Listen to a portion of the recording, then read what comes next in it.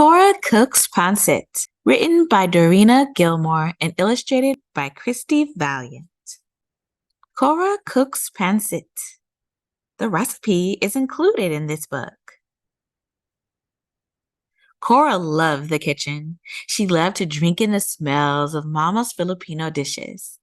Cora's older sisters and brother often helped with the cooking.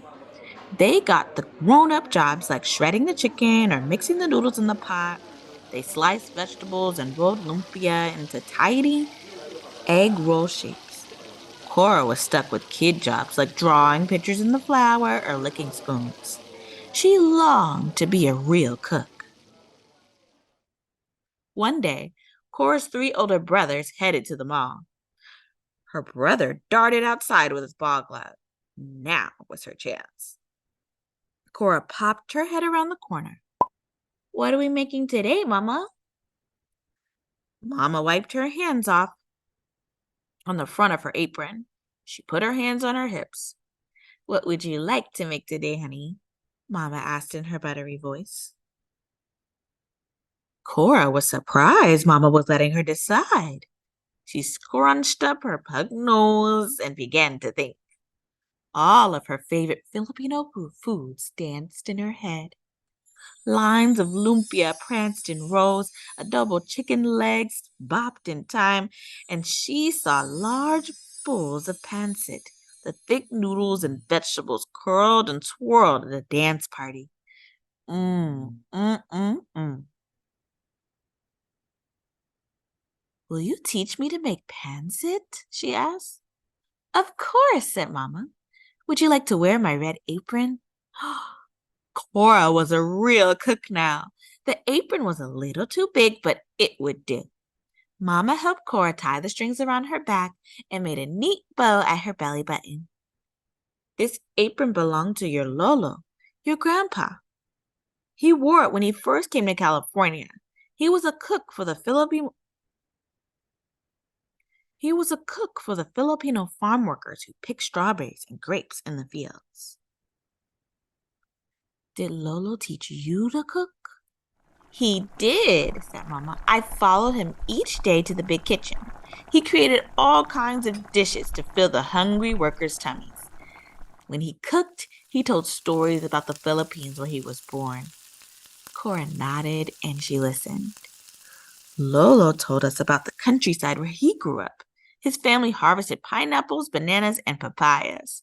He used to eat smashed fried bananas and sweet rice wrapped in banana leaves." Cora stuffed her hands deep in her apron pockets, and she imagined Mama and Lolo cooking together. She saw Lolo as a boy unwrapping the banana leaves and scooping the sweet rice from inside. Cora knew the rules in Mama's kitchen, so she scrubbed her hands with soap. Mama dug in the cupboards and refrigerator to find the ingredients. She listed what they needed for pancit: chicken, celery, carrots, mushrooms, onions, baby corn, cabbage, ginger, garlic, and soy sauce. "And don't forget the noodles," Cora said. "Oh, yes, the noodles," said Mama. "Let's get started, Mama." "Open the package of rice noodles and put them in this bowl, Cora. Do you know why we have to soak them?" "So they get soft," answered Cora. "You've been paying attention," said Mama with a big wink. Cora opened the package and she plopped the big cup of noodles into the bowl. Meanwhile, Mama took out some chicken she had cooked earlier. This was Mama's special stash. She used chicken for all types of Filipino dishes like tahong, chicken curry, and lumpia. "Want to help me shred?" asked Mama. And Cora's eyes grew wide. A grown-up job. She was ready. She pulled the chicken pieces apart the way her older sister Prem did. She placed them on a plate. Cora snuck tiny bits of chicken to taste. She rolled it in the back of her mom before Mama noticed. The salty taste tickled her tongue. "I'll chop," said Mama. Cora arranged the vegetables in neat rows, and Mama chopped celery stalks, carrots, cabbage, and onions.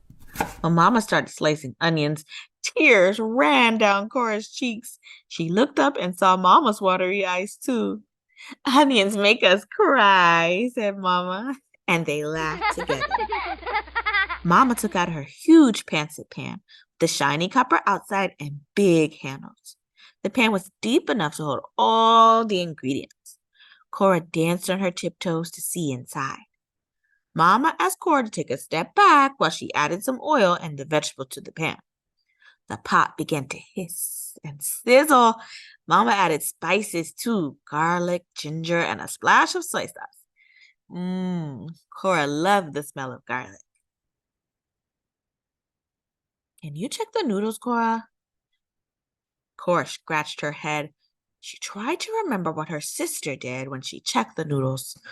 Cora thought she should sniff the noodles, but she picked up the bowl too quickly and water sloshed on the floor. Are you making a mess? Asked Mama with pointy eyebrows.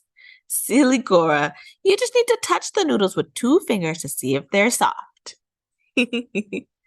Mama laughed and handed Cora a towel to mop up the mess. And then Mama went to work straining those noodles. Now for the fun part. Let's add the noodles to the pancit pan. Ooh, can I stir? Asked Cora. She knew this was another grown-up job. Yes, but you have to be careful near the burner, called Mama. She pulled out a stool for Cora to stand on, and Cora began to stir in a wide circle. She watched the noodles somersault over the carrots and celery. She made soft onions sway this way and that. The smell of ginger mixing with garlic floated to her nose. A few mushrooms escaped from the pot. Oops. That night, Mama brought the food to the table. She set out a platter of adobo chicken, 2 plates of her special lumpia with dipping sauce, and a bowl of pineapple slices. Cora's brother and sisters came to the table one by one. Daddy sat in his usual spot at the head of the table. Cora watched his eyes grow wide as he checked out all the food.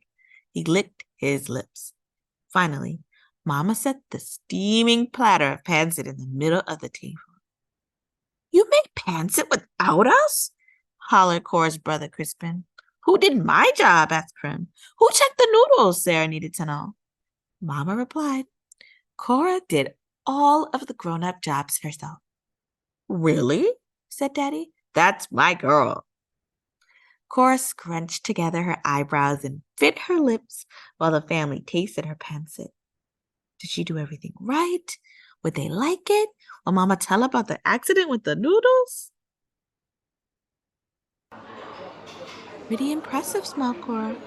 Crispin chomped on a big spoonful of pancit and elbowed Cora. Not too bad, Crispin said. Cora grinned. Her eyes sparkled with delight. Daddy sat back in his chair. This tastes like your Lolo's pancit, he said.